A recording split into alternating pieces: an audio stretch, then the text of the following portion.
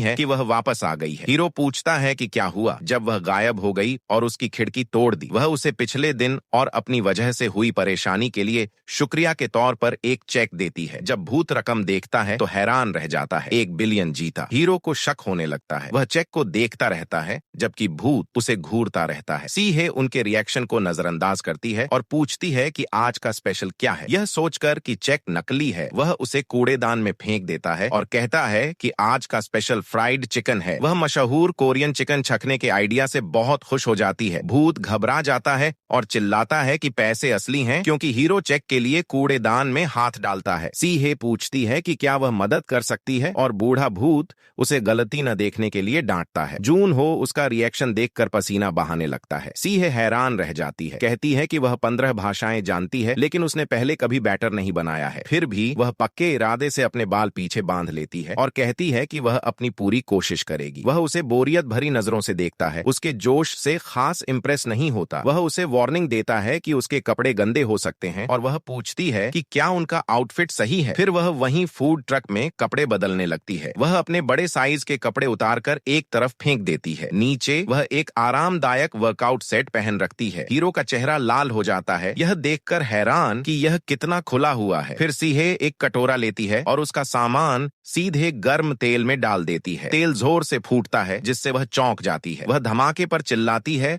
और चिकन के टुकड़े हवा में उड़ जाते हैं। तेजी से काम करते हुए वह उसे अपने शरीर से तेल के छींटों से बचाता है। वह पूछता है कि क्या वह ठीक है, जबकि गर्म बूंदें उनके चारों ओर चिंगारियों की तरह फूटती हैं। जब वह उसे देखती है तो उसका दिल तेजी से धड़कता है। सोचती है कि इस कमाल के आदमी के साथ क्या करे जो उससे कुछ ही इंच की दूरी पर है। वह पूरी तरह हिप्नोटाइज्ड होकर उसका नाम फुसफुसाती है। तभी कोई सी ही पुकारता है जिससे उसका ध्यान हट जाता है। सी ही हैरान रह जाती है और अपनी माँ का नाम बताती है, जबकि दोनों उस करीबी पल में जमे रहते हैं। उसके दिमाग में एक फ्लैशबैक आता है। एक रिकॉर्डिंग स्टूडियो में कोई अनाउंस करता है कि एसएच ग्रुप की चेयरवुमन आ गई है। यह यून ही यंग है। सी ही की माँ एक डरावनी, सख्त और बेहद ताकतवर औरत। बिना समय बर्बाद किए चेयरवुमन तुरंत पूछती हैं कि उनकी बेटी वारिस नाम सी ही कहाँ है। एक कांपता हुआ एम्प्लॉय बताता है कि यंग मिस अभी तक नहीं आई हैं और उनसे संपर्क करना भी संभव नहीं हो पा रहा। ठंडी नजरों से देखते हुए वह सेक्रेटरी किम को बुलाती हैं। लॉयल असिस्टेंट तुरंत हाजिर हो जाती है। यून ही यंग फैसला करती हैं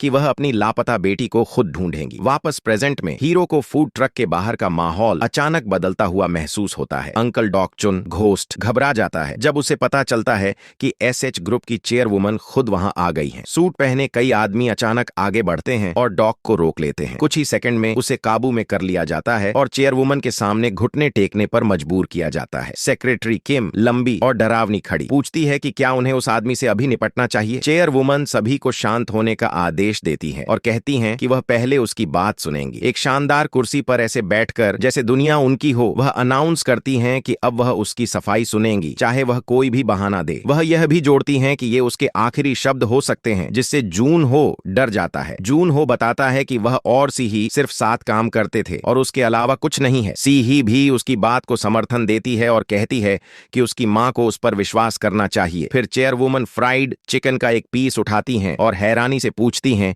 कि इसकी कीमत कितनी है। वह जवाब देता है कि यह 10,000 वोन है। वह ऐसे रिएक्ट करती हैं जैसे एक पीस के लिए यह कीमत बहुत ज्यादा हो। जब वह समझाने की कोशिश करता है वह उसे पूरी तरह से इग्नोर कर देती हैं और अपनी बेटी को गंभीर नजरों से देखने लगती हैं। शी फिर पूछती हैं कि क्या उसे सच में पता भी है कि फेमस नाम सी ही कौन है। डॉक एक बोर सा एक्सप्रेशन देकर कहता है कि उसे बिल्कुल अंदाजा नहीं। सी ही की माँ समझ जाती है कि वो स्टेटस गैप की वजह से अनजान बनने की एक्टिंग कर रहा है। टोन बिल्कुल भी सॉफ्ट किए बिना वो सीधा पूछती है कि क्या वो उसकी बेटी से प्यार करता है। जुन हो तुरंत जवाब देता है कि उसे वो बिल्कुल पसंद नहीं। इस पर चेयरवुमन सी ही की तरफ देखकर शांत सा कहती है कि फिर तो उसकी बेटी ही उससे प्यार करती होगी। गुस्से में भरी आंखों से वो पूछती है कि क्या उसने पिछली रात उसकी बेटी के साथ बिताई थी। सी ही शर्म से लाल पड़ जाती है। माहौल पूरी तरह टेंस हो जाता है। अचानक इतनी ड्रामा के बीच चेयरवुमन बेहोश होकर गिर पड़ती है और सेक्रेटरी किम घबरा जाता है। जुन हो चिढ़कर दोबारा कहता है कि पिछली रात उनके बीच कुछ नहीं हुआ। होश में आने के बाद चेयरवुमन एक कदम पास आते हुए पूछती है कि क्या वो कम से कम डेटिंग कर रहे हैं। वो मना करता है लेकिन वो दबाव बनाए रखती है और पूछती है कि क्या उसका इरादा शादी का है। तिरस्कार भरे लहजे में वो कहती है कि एक स्ट्रीट वेंडर होने के नाते उसे ऐसे सपने देखने का हक नहीं। उसकी बदतमीजी से वो बिल्कुल चुप रह जाता है। फिर वो किम को कुछ स्पेशल लाने का हुक्म देती है। सेक्रेटरी किम एक ब्रीफ केस खोलता है जो कैश से भरा पड़ा है। सीही और जुन हो का गोस्ट दोनों चीख उठते हैं कि प्लीज ये सब बंद करो, लेकिन चेयरवुमन बड़े आराम से कहती है 10 अरब वन। अंकल की स्पिरिट तो खुशी में उसे मदर इन लॉ बुलाने ही लगती है। नोट हवा में उड़ने लगते हैं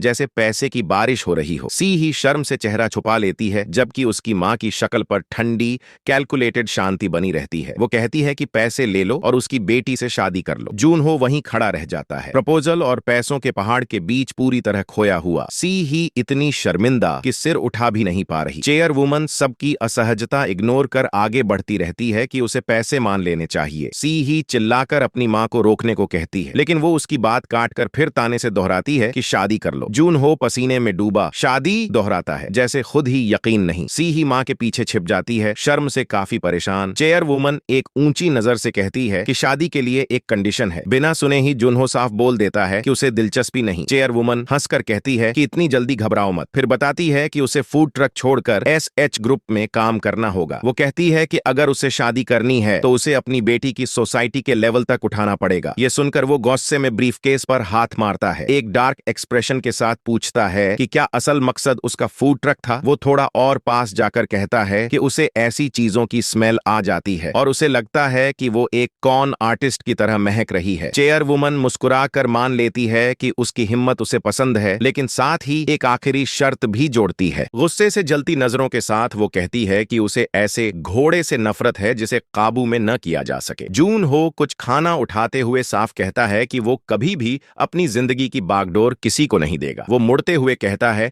कि अब दोबारा उसे ढूंढने की कोशिश न करे। ये बात सीही के लिए भी वही है। सीही का दिल टूट जाता है। वो हाथ बढ़ाती है, लेकिन वो तब तक जा चुका होता है। शहर की स्काईलाइन पर एसएच ग्रुप की ऊंची बिल्डिंग नजर आती है। अंदर चेयरवुमन के ऑफिस में सीएच अपनी माँ से भिड़ जाती है। वो कहती है कि उसने पूरी उम्र उसकी हर बात मानी, लेकिन पहली बार उसके पास कोई ऐसी चीज है जो वो खुद के लिए चाहती है। वो रोते हुए कहती है कि उसे कोई पसंद आ गया है। क्या पैसा ही असली मसला है? उसकी माँ कॉफी कप पकड़े हुए चुपचाप सुनती रहती है, फिर ठंडे लहजे में पूछती है कि क्या उसकी बेटी उस इंसान को इसीलिए नीचे देख रही है क्योंकि वो बस एक स्ट्रे है जिसे उसने उठा लिया। ये सुनकर सीही के पास कोई जवाब नहीं बचता। बर्फ जैसे भाव से वो पूछती है कि उसका ड्रामा खत्म हो गया हो तो बताए। वो आगे बढ़कर कहती है कि उसे फर्क नहीं पड़ता कि उसकी बेटी किसे डेट करती है, क्योंकि कोई भी उनके लेवल पर कभी आ ही नहीं सकता। एक डार्क ठंडी आवाज में वो कहती है कि उसे उस आदमी को रखने की इजाजत है, बस एक शर्त पर, वो दोबारा उस दयनीय फूड ट्रक में काम न कर सके। फिर वो उसे एसएच ग्रुप के लिए आज्ञाकारी बनने का दबाव डालती है, जैसे हमेशा करती आई है। आंखों में आंसू लिए सीही अपने आप को फंसा हुआ महसूस करती है, जबकि उसकी माँ उसे गुड गर्ल कहकर और तोड़ देती है। दूसरी तरफ फूड ट्रक की जिंदगी फिर जैसे पहले जैसी हो जाती है। जुनहो अपने अंकल की फोटो से बात करते हुए कहता है कि उसने वही ट्रक बचाया है जो उसके अंकल छोड़कर गए थे। गोस्ट नाराज होता है कि उसने उसी बिजनेस के लिए 10 अरब वॉन ठुकरा दिए। जुनहो के दिमाग में सीही की बातें घूमने लगती हैं। वो सोचता है कि क्या वो भी ट्रक को लेकर ही उसके पास आई थी। फोटो पर हाथ मारते हुए उसे एहसास होता है कि वह फिर से ठगा जा सकता था। वो आईने में खुद को देखकर कहता है कि वो ट्रक को अपनी जान देकर भी बचाएगा। कंपनी में सेक्रेटरी किम बंद दरवाजे से टकराते हुए यंग मिस से शांत होने की गुहार लगा रही है। अंदर सीही बिस्तर पर गिरकर चीखती है कि ये सब उसकी माँ की गलती है। वो रोते हुए कहती है कि 10 अरब वॉन उसके लिए कुछ भी नहीं, लेकिन जूनहो का ये कहना कि वापस मत आना, ये बात उसे तोड़ रही है। वो कांपते हुए कहती है कि उसकी माँ बहुत बुरी और मैनिपुलेटिव है और अब वो डर रही है कि आगे क्या करेगी। उसे लगता है कि उसे किसी तरह जूनहो को बचाना होगा। फिर उसे वो पल याद आते हैं जब उसने उसे अपनी जैकेट दी थी और फूड ट्रक में बिताया गया वो इंटेंस मोमेंट। उसके गाल गर्म पड़ जाते हैं। वो मान लेती है कि वो उससे पूरी तरह प्यार कर चुकी है। अचानक एक आइडिया आता है। वो जोर से सेक्रेटरी को बुलाती है, बाहर निकलकर किम का हाथ पकड़ती है और कहती है कि अभी तुरंत सब कुछ तैयार करो। एक तेज तय नजर के साथ वो अपना प्लान बताती है। एक प्रपोजल। अगली सुबह फूड ट्रक की आवारा बिल्ली आराम से सो रही है। जूनहो उठकर कहता है कि मौसम बिजनेस के लिए परफेक्ट है। तभी उसे हेलीकॉप्टर की आवाज सुनाई देती है और वो परेशान होकर ऊपर देखता है। उसका फूड ट्रक हवा में उठा हुआ है हेलीकॉप्टर के साथ। वो सदमे में जम जाता है, फिर चीखता है कि उसका ट्रक किडनैप हो रहा है। कोई सुनता नहीं। वो भागता है, फिर बाइक किराए पर लेकर हेलीकॉप्टर का पीछा करता है। थक कर एक बिल्डिंग पहुंचता है और ट्रक वापस देने की मांग करता है, लेकिन सामने देखकर उसकी दुनिया हिल जाती है। एक नया ट्रक, एक महाकाय हाई एंड मॉडल जिस पर बड़ा सा गिफ्ट रिबन बंधा है, धीरे धीरे उसके दरवाजे दरवाजे खुलते हैं जैसे किसी शो का पर्दा हट रहा हो और अंदर खड़ी है सीही एक खूबसूरत वेडिंग गाउन में। वो प्यार भरी नजरों से उसका नाम लेती है और मुस्कुराते हुए कहती है कि ये सब उसने उसके लिए दिल से तैयार किया है। रिबन खींचते हुए वो खुश है और वो वहीं खड़ा है, बिल्कुल निशब्द। साइड पर गोल्डन लेटर्स में लिखा है SH डाइनिंग क्रूज। वो गर्व से बताती है कि ये अल्ट्रा लग्जरी ट्रक खास उसी के लिए बनाया गया है। वो पास आती है और कहती है कि अब से दोनों की जिंदगी यही से साथ शुरू होगी। गुस्से में वो उसे दीवार से लगा देता है और पूछता है कि उसने आखिर किया क्या है। फ्लैशबैक में सी ही एक किचन में नजर आती है, एप्रन पहने किसी हाउसवाइफ की तरह। वो सब्जी काटने की कोशिश करती है लेकिन साफ दिखता है कि उसमें टैलेंट नहीं। तभी कोई उसके हाथ पकड़कर मदद करता है। वो चौंक जाती है। जुनहो उसके पीछे है, उसका हाथ पकड़कर उसे गाइड कर रहा है। वो नरमी से कहता है कि उसने उसे रिस्की कामों से मना किया था। घबराई हुई वो कहती है कि उसे बस उसकी मदद करनी थी। डॉक उसे अपने पास खींचकर कहता है कि उसकी मौजूदगी ही उसके लिए सबसे बड़ा गिफ्ट है। उस गहरे रोमांटिक पल में वो कबूल करता है। अगर आपने पिछला एपिसोड नहीं देखा है तो पहले जाकर देख लीजिए। डिस्क्रिप्शन में पहले एपिसोड का लिंक दिया हुआ है, पहले उसे देखिए, फिर इस धमाकेदार एपिसोड को एंजॉय करो।